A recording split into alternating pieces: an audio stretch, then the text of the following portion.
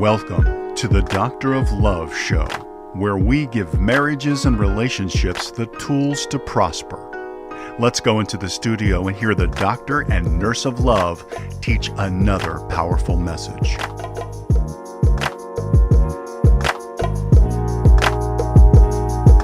This is Sean Heineman, the Doctor of Love. And this is Londina Heineman, the Nurse of Love. And today's topic is, do you really want to get married? With special guest Deidre Hillary, aka So Blessed. Let me just give you a quick rundown of how I came across Deidre. There is a young lady who we call QTP. Shout out to her if she's listening. But she said, I need you to listen to So Blessed. And I'm like, watch So Blessed on YouTube. And I'm like, okay, I'll watch her because I usually watch QTP videos. Mm-hmm. And I was hooked. This woman has so much wisdom. And I'm like, I got to have her on the Doctor of Love show podcast. So, hello, Deidre. How you doing this morning? Hello, Sean and Londina. I'm wonderful. How are you all? Great. We're doing great. Great. Thank you for taking some time out of your schedule to be a guest on today's podcast. And as I said earlier, there were so many videos that I was impacted by that I was like, I had to share, whether if it was on our Facebook page or Twitter page. So make sure you connect with Deidre, but I'll make sure that she give you her contact information at the end of the show. Let's jump into today's topic. Deidre, tell everyone who you are and what you do. Okay, well, my name is Deidre Hillary Askew. I will be 48, and I don't mind telling that. I'll be 48 in August. I'm the oldest of 4 daughters, 4 girls. I am the wife of 9 years to Pastor Charles. Yes, I'm a first lady. Yeah. And as they say, I'm the mother of 1 biological adult daughter, and I like to say 2 bonus adult kids. Mm-hmm. Thank God all 3 are adults. And as a career, I was a 911 operator. Well, I still am, but I was a 911 operator and police dispatch supervisor for 22 years for our local sheriff's office. Before I retired, about 4 years ago, 2010, I retired full-time. So I said I was retiring so that I can write books and write country music and work in the ministry. But I went back part-time as a 911 operator. And I'm still full-time in our ministry with my husband. And also work on my other endeavors such as writing and growing my social media so that I can hopefully bless others. Mm-hmm. Nice. Awesome. Wow. So you write country music, huh? Go, girl. Well, I have a few songs in the works, but as they say, writer's block. Yeah. But I have a few songs in the works, yes. Oh, good. Awesome. That is real good. That little known fact. Who or what inspired you to do what you do?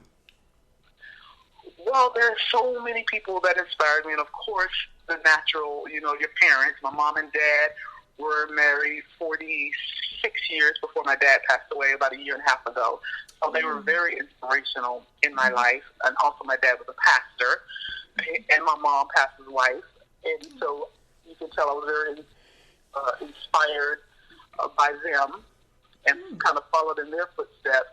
But I would say as far as on a relationship tip, I was very inspired by the first book that I'd ever read on relationship, and that was John Gray's book, Men Are From Mars and Women Are From Venus. I read that book, and I was amazed. I always knew that there was a difference between male and female, the way we think and how we react and how we act in a relationship. But I didn't really know that there was a definitive difference until I read that book. And I was so inspired by that book to know more and learn more about relationships. And then that just opened up a whole new avenue and sparked something in me to want to know more about relationships and learn, read about it, and then hopefully inspire others through my experience and my knowledge. Mm-hmm. Mm-hmm. Good. And I know you talked about this book because it was a pretty good book. I remember reading that earlier when I started doing relationships and stuff like that. So yes, that is a powerful book. It is.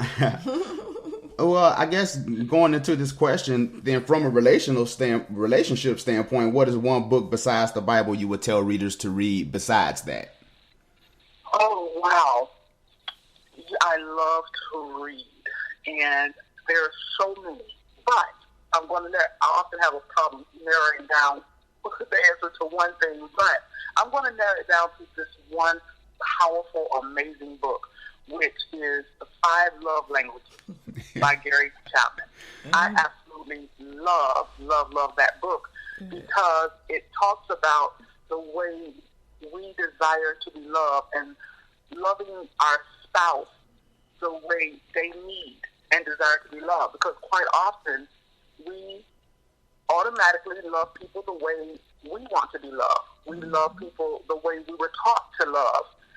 But how many times do we really find out how our spouse needs to be loved and love them in that way? But not only that, this amazing book, it also gets you to thinking about how do you desire to be loved? Because a lot of times we don't think about that, and especially as a single person, we think about how, we can't wait until we love somebody, we can't wait until somebody loves us, but do we actually know what speaks love to us? What is our love language? So it gets us to thinking about what our love language is, but also how does our spouse need to be loved? I absolutely love that book. I can go on and on about it. I even learned what my love language is. I had no idea that I had a love language and what it was until I read this book. Wow. That's good. When you are looking for a spouse, as women, we should be waiting for a spouse. But when you're dating and things, you should read this book because, you have to know what your love language is, because you can't even know that this person is going to be able to love you the way you need to be loved if you don't know how you need to be loved. That is so true. That is exactly right. Because, and I think quite often that's what we do. We get into a relationship, we start dating, and we believe this person loves us because it seems like they're making us feel good, they're saying all the right words. And then after we're in a committed relationship or a marriage, we find out this person is not loving us the way we want to be loved. But you never even knew your own love language. So you didn't even know how to communicate that to the person, that this is how I need or desire to be loved. And you're wondering why you're not feeling love. You're saying this person is providing for me, he or she, they're doing this, they're doing that, they seem to be doing all the right things. Why am I not fulfilled? Because you didn't even know your own love language. Right. And right. Oh, I love that book. Yeah. And then on the other side, once you do get married, it's like, well, you have to take the time to learn your spouse's love language, like you were saying. But a lot of times people don't want to stick around for that.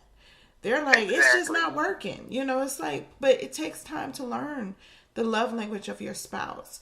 And it takes time for you to learn how to do the love language for your spouse, because it may not be what you know how to do. So it's a process. Excellent book. Yeah, and that by far is the most popular book on Dr. Love Show podcast, because when we ask that question, I didn't even know that. yes, everybody says 5 love languages. So I'm wondering if Dr. Gary Chapman can give us some kind of kickback or something. Exactly. But that's just how powerful and amazing the book is, right? And how thought-provoking it is.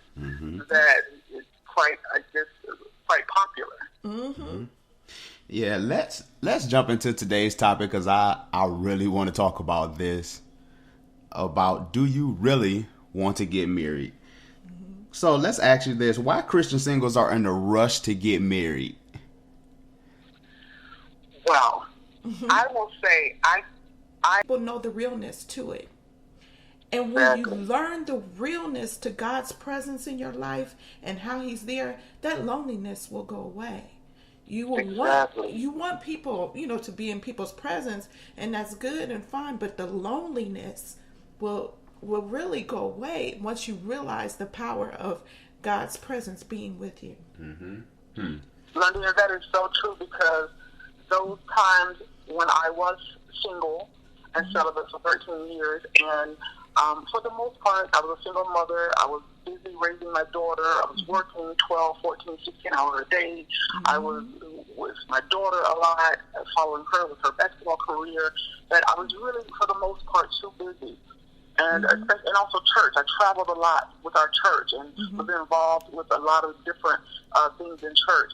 So I was really too busy to be lonely. But when loneliness would rear its ugly head, that's when I would realize the power of God, and how it can sound, so cliche just to say that, God is your friend or God will be there. But the power of God would just show up in my life, and that loneliness would just dissipate. Sometimes, it would come back every now and then, but the power of God, it would just, that loneliness would just flee, and I would be good for a while. So, like you said, and a lot of times people don't believe or trust in that power of God, that He will be there in your lonely time. Yeah, and that's exactly, because when He's there, there was moments, and I know people think I'm crazy or anything, but there were literally moments I would feel God's arms just come around me and hold me through times that I knew, I just felt lonely. I felt all to myself, and God would just comfort me, and I would just rock in His arms right there. I know it sounds crazy, but it is the power of God and His presence, and it's awesome. It is literally awesome. Yeah, it may sound crazy to people who have not experienced that, but I have experienced it, so it does not sound crazy to me, because I know. Awesome. It's amazing. It's an amazing feeling. Yes, it is. Good stuff. What is the biggest myth Christian singles believe about marriage? Oh, wow. I love this question. I talk about this so much. I kind of alluded to it earlier. But one of the biggest myths in marriage is that marriage is the panacea or antidote for all things that ail us as a single person. Say that. If we're sad,